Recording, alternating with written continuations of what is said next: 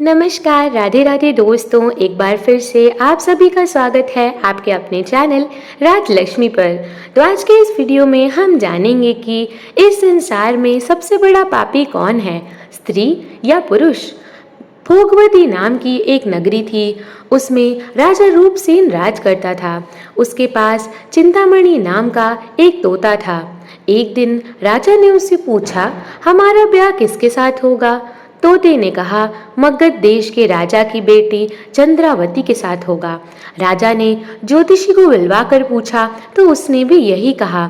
उधर मगध देश की राजकन्या के पास एक मैना थी। उसका नाम था मदन मंजरी। एक दिन राजकन्या ने उससे पूछा कि मेरा विवाह किसके साथ होगा। तो उसने कह दिया कि भोगवती नगर के राजा रूपसेन के साथ। इसके बाद दोनों का विवाह हो गया। रानी के साथ उसकी मैना भी आ गई। राजा रानी ने तोता मैना का ब्याह करके उन्हें एक पिंजरे में रख दिया। एक दिन की बात है, तोता मैना में बहस हो गई। मैना ने कहा, पुरुष बड़ा पापी, दगाबाज और अधर्मी होता है। तोते ने कहा, स्त्री झूठी, लालची और हत्यारी होती है। दोनों का झगड़ा बढ़ गया तो राजा ने कहा, क्या बात है, तुम आपस में क्यों लड़ते हो। मैना ने कहा, महाराज, मर्द बुरे होते हैं। इसके बाद मैना ने एक कहानी सुनाई। इलाहापुर नगर में महाधन नाम का एक सेठ रहता था। विवाह के बहुत दिनों बाद उसके घर एक लड़का पैदा हुआ।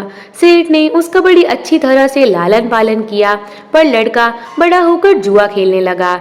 इस बीच सेठ मर गया। लड़के ने अपना सारा धन जुए में खो दिया। जब पास में कुछ ना बचा तो वह नगर छोड़कर चंद्रपुरी नामक नगरी में जा पहुंचा। वहां हेमगुप्त नाम का साहूकार रहता था। उसके पास जाकर उसने अपने पिता का परिचय दिया और कहा कि मैं जहाज लेकर सौदा नगरी करने गया था। माल बेचा, धन कमाया, लेकिन लौटते समय समुद्र में ऐसा तूफान आया कि जहाज डूब गया और मैं जैसे तैसे बचकर यहाँ आ गया। उस सेठ की एक लड़की थी, रत्नावती। सेठ को बड़ी खुशी हुई कि घर बैठे इतना अच्छा लड़का मिल गया। उसने उस लड़के को अपने घर में रख लिया और कुछ दिन बाद अपनी लड़की से उसका विवाह करा दिया। दोनों वहीं रहने लगे। अंत में एक दिन वहां से विदा हुए। सेठ ने बहुत सा धन दिया और एक दासी को उनके साथ भेज दिया। रास्ते में एक जंगल पड़ा। वहां आकर लड़के ने स्त्री से कहा, यहाँ लुटेरों का बहुत डर है, तुम अपने गहने उतार कर मेरी कमर में बांध दो। लड़की ने ऐसा ही किया। इसके बाद लड़के ने कहारों को धन देकर डोली को वापस करा दिया और दासी को मारकर कुएं में डाल दिया। फिर स्त्री को भी एक कुएं में पटक कर आगे बढ़ गया। स्त्री रोने लगी। एक मुसाफिर उधर से जा रहा था। जंगल में रोने की आवाज सुनकर वह वहां आया। उसने स्त्री को कुएं से निकालकर उसके घर पहुंचा दिया। स्त्री ने घर जाकर माँ बाप से कह दिया कि रास्ते में चोरों ने हमारे गहने छीन लिए और दासी को मारकर मुझे कुएं में ढकेल कर भाग गए। बाप ने उसे ढांढस बंधाया और कहा कि तू चिंता मत कर, तेरा स्वामी जीवित होगा और किसी दिन आ जाएगा। उधर वह लड़का जेवर लेकर शहर पहुंचा। उसे तो जुए की लत लगी थी। वह सारे गहने जुए में हार गया।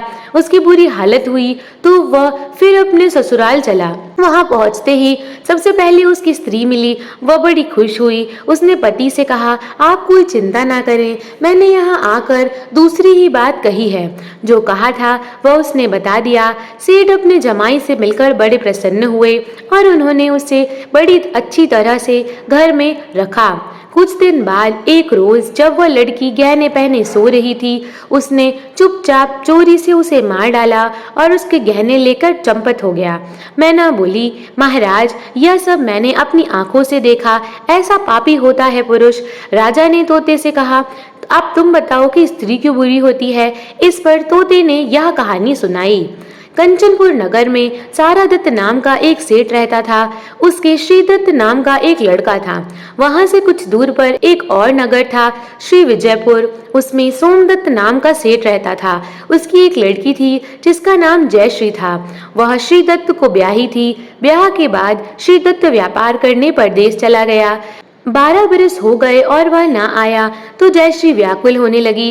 एक दिन वह अपनी अटारी पर खड़ी थी कि तभी एक आदमी उसे दिखाई दिया। उसे देखते ही वह उस पर मोहित हो गई। उसने उसे अपनी सखी के घर बुलवा लिया। रात होते ही वो उस सखी के घर चली जाती और रात भर वहां रहकर दिन निकलने से पहले ही लौट आती। इस तरह बहुत दिन बीत गए। इस बीच एक दिन उसका पति परदेश से लौट आया। स्त्री बड़ी दुखी हुई, अब वह क्या करे। पति हारा थका था। जल्द ही उसकी आंख लग गई और स्त्री उठकर अपनी सहेली के पास चल दी। रास्ते में एक चोर खड़ा था। वह देखने लगा कि स्त्री कहाँ जाती है। धीरे धीरे वह सहेली के मकान पर पहुंची और चोर भी उसके पीछे पीछे पहुंच गया। संयोग से उस आदमी को सांप ने काट लिया और वह मर गया। स्त्री ने समझा सो रहा है। वहीं आंगन में पीपल का पेड़ था जिस पर एक पिशाच बैठा यह लीला देख रहा था। उसने उस आदमी के शरीर में प्रवेश करके अपनी काम पिपासा मिटाई और उत्तेजित होकर उसने उस स्त्री की नाक काट ली और फिर उस आदमी की देह से निकलकर पेड़ पर जा बैठा। स्त्री रोती हुई अपनी सहेली के पास गई। सहेली ने कहा कि तुम अपने पति के पास जाओ और वहां बैठकर रोने लगो। कोई पूछे तो कह देना कि पति ने नाक काट ली है। उसने ऐसा ही किया। उसका रोना सुनकर लोग इकट्ठा हो गए। आदमी जाग उठा।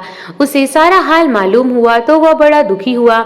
लड़की के बाप ने कोतवाल को खबर दे दी। कोतवाल उन सबको राजा के पास ले गया। लड़की की हालत देखकर राजा को बड़ा गुस्सा आया। उसने कहा इस आदमी को सूली पर लटका दो। वह चोर वहां खड़ा था। जब उसने देखा कि एक बेकसूर आदमी को सूली पर लटकाया जा रहा है तो उसने राजा के सामने जाकर सब हाल सच सच बता दिया।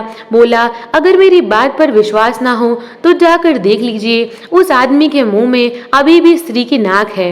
राजा ने दिखवाया तो बात सच निकली। इतना कहकर तोता बोला हे राजा, स्त्रियां ऐसी ही होती हैं। राजा ने उस स्त्री का सिर मुड़वाकर गधे पे चढ़ाकर नगर में घुमवाया और शहर से बाहर छुड़वा दिया। यह कहानी सुनाकर तोता बोला हे राजन, अब आप ही फैसला करो कि दोनों में ज्यादा पापी कौन है। राजा ने कहा स्त्री। तोते ने पूछा कैसे। राजा ने कहा मर्द कैसा ही दुष्ट हो उसे अधर्म का थोड़ा बहुत विचार रहता ही है, स्त्री को नहीं रहता। अब चोर को ही देखो, वह इन दोनों से ज्यादा दुष्ट था, परंतु जब उसने एक बेकसूर आदमी को मरते देखा तो उससे नहीं रहा गया और उसने अपनी परवाह किए बगैर राजा को सब बात सच बता दी। इसलिए स्त्री ही अधिक पापिन है।